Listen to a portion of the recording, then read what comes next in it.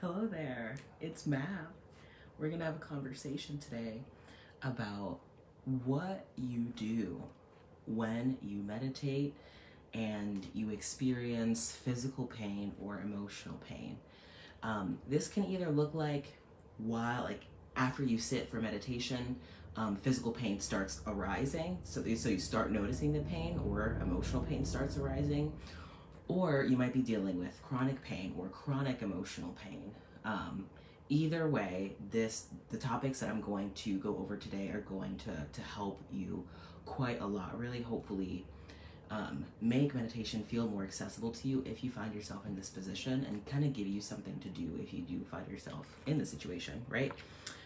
So the first thing that I want to mention is that there are tons of misconceptions about meditation. And one of the most common misconceptions is that meditation is always this peaceful and pleasant, transcendent experience. Sometimes it's like that, and sometimes it's not.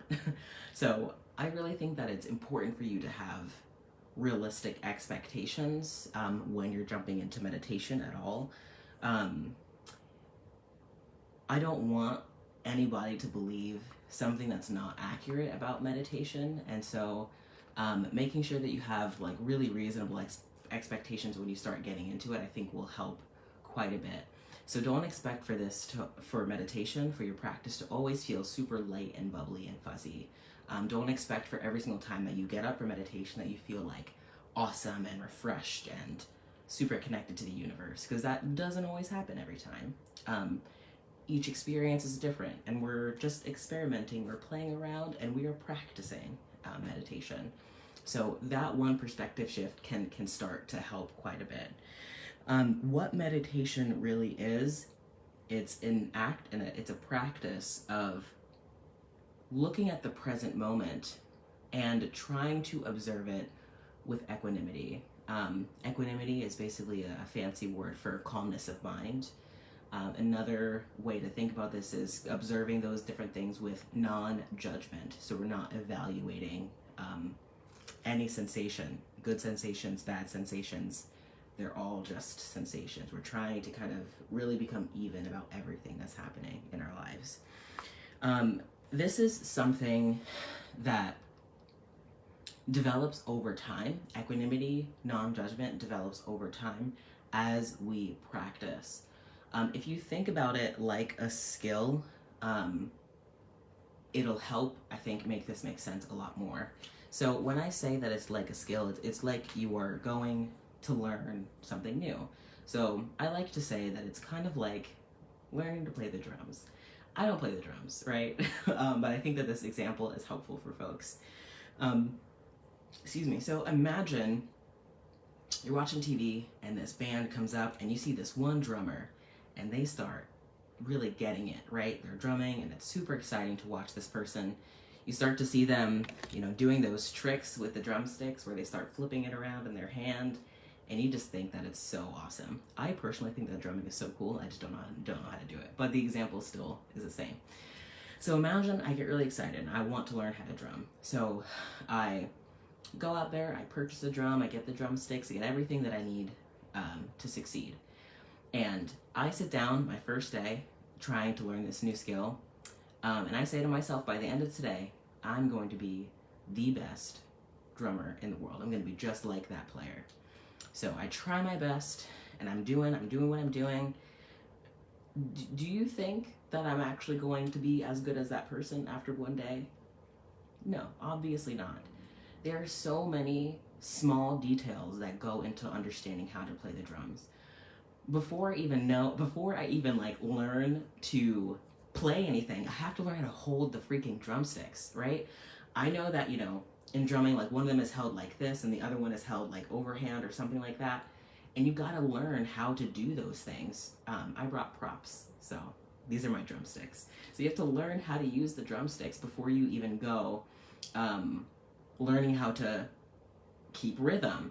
You have to learn how to do your arms and get your foot going at the same time. There's so many different aspects to it, and you have to give yourself a little bit of patience if you're going to learn. You have to have realistic expectations, and that's one of the reasons why I mentioned in the beginning that there's so many skills. This is just a skill for you to learn. These things happen over time.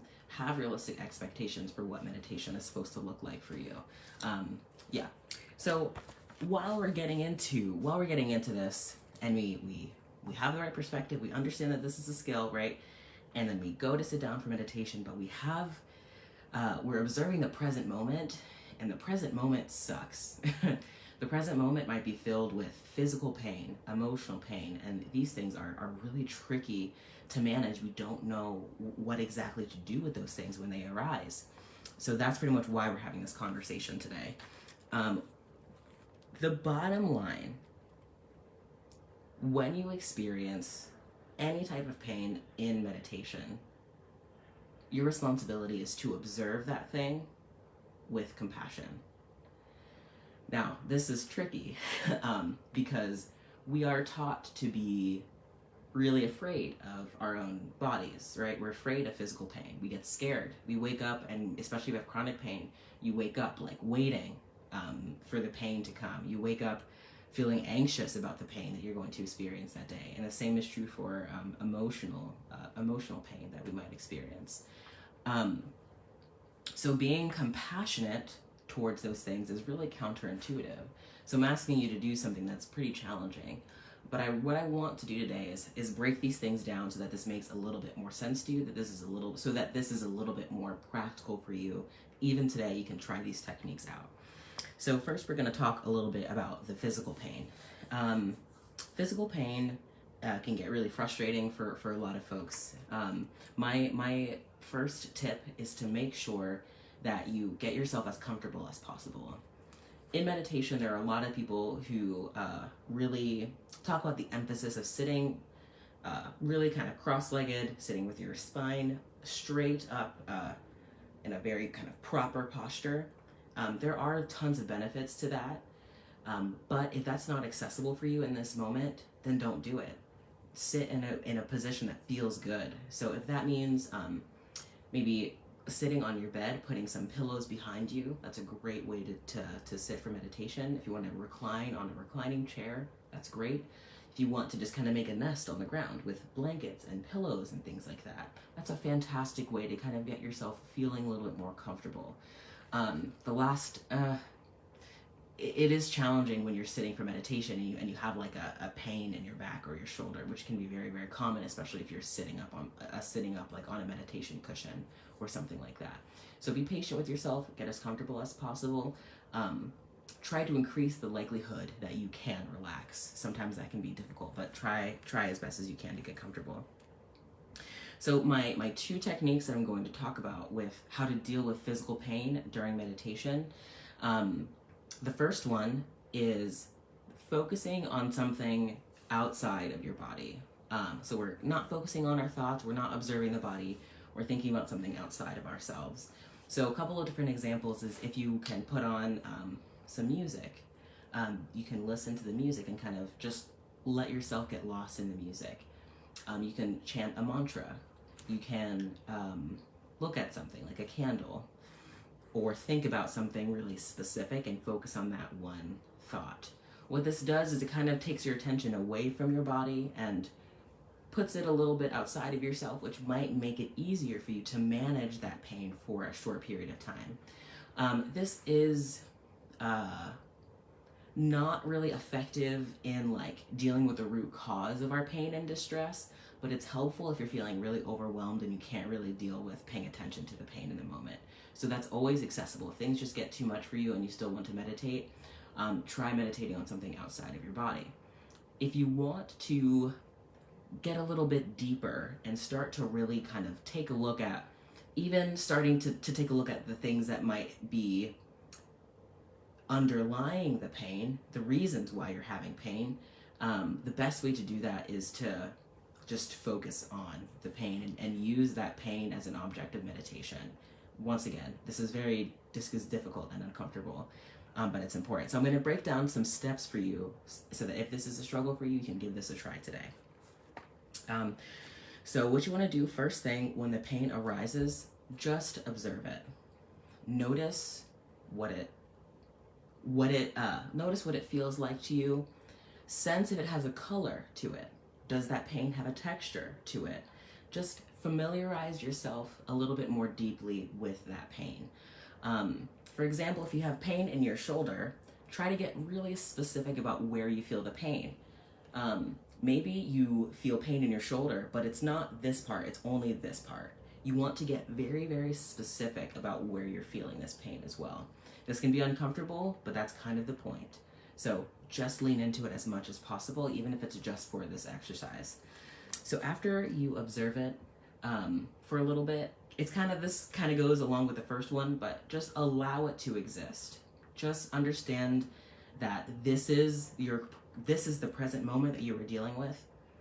When we're doing non-judgment, we're not asking it to be any different. We're just saying that it is what it is and just allowing it to be that way. Next, you want to kind of dive deeply into the pain.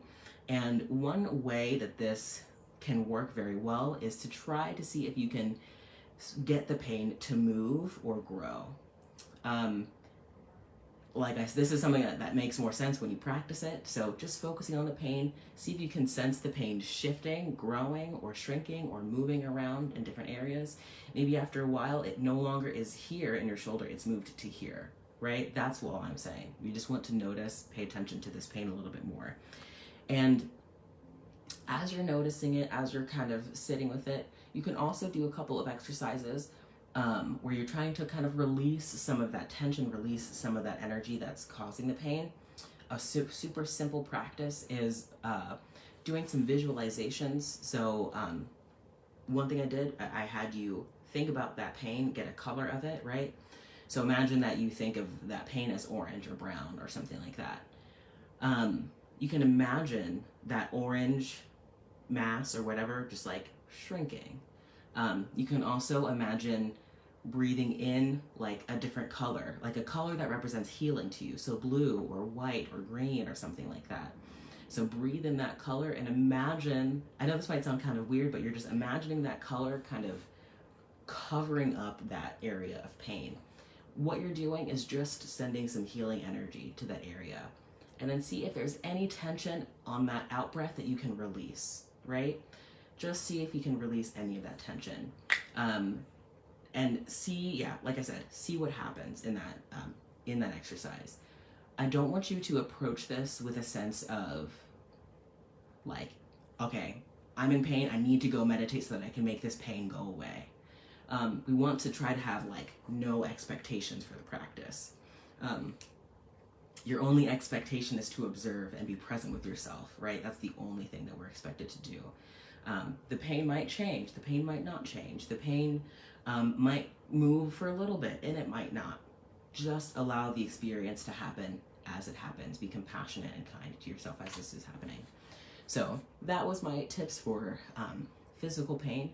Now I want to talk a little bit about emotional pain. So there's tons of different kinds of emotional pain we can experience during meditation. So we can have things like flashbacks, which can be extremely painful. Intrusive thoughts, which can also be very distressing. Just panicky thoughts, anxious thoughts, depressive thoughts. Doesn't really matter the kind of emotional pain that we're experiencing. We just know that it sucks. Once again, we're in this present moment and it just feels crappy to be in the present moment. So we have that desire to pull ourselves out of it. I want you to try to resist that temptation again and try that practice out anyway. And once again, I have 2 different tips for what you can do if you're meditating and you're experiencing emotional pain. Very similar to what you're doing when you are dealing with physical pain. So the first one is to have a little bit of an outside focus. One of the best ways for me to do this, and these are a little bit different than the other tips that I gave for physical pain, but one of the best ways I think to do this is to put on a guided meditation where maybe they're taking you on kind of a visualization journey or something like that, or a guided meditation for anything, right? I think that when we do guided meditations, it helps us kind of get out of our head a little bit. It takes the pressure off of ourselves for a second. If we really feel like it's very difficult for us to focus, that can be very, very useful. So give that a shot if you find yourself struggling, staying focused, or trying meditation because it seems too painful. And then also try out any of the other practices I mentioned before. So that means anything external, so mantras, visualizations, just getting out of your body, getting out of your head, try to focus on something else. Like I said before, this is a little bit less effective for long-term healing, really. That is more just kind of a little bit of a distraction, but sometimes that might be helpful for you in the moment. So no judgment here, just do whatever you need in the moment. But if you want to dive deep a little bit more, then I'm going to have some different kinds of suggestions for you. So same thing, we want to change that focus from outward, and we want to go inward and dive deep into that emotional pain. This can be really difficult, but hopefully these tips that I give to you today will help make this seem a lot less intimidating, and you'll feel a little bit more optimistic about giving this a try on your own. So what you want to do is first understand that our instinct when we're dealing with emotions is to be scared of them and to be really anxious and nervous about the fact that we're having emotional pain in and of itself. And that only kind of increases the sense of emotional pain that we have. We want to have a different perspective where we're being friendly with our emotions, we're kind of being open to them instead of having resistance to them. Resistance can be pretty frustrating, right? So when we resist anything, it tends to stick around. I think I mentioned this before, but so whatever we resist tends to persist. So no resistance to the emotion. We're just trying to allow it naturally. So first thing, very similar to the last time, what you want to do is just be aware of the emotion.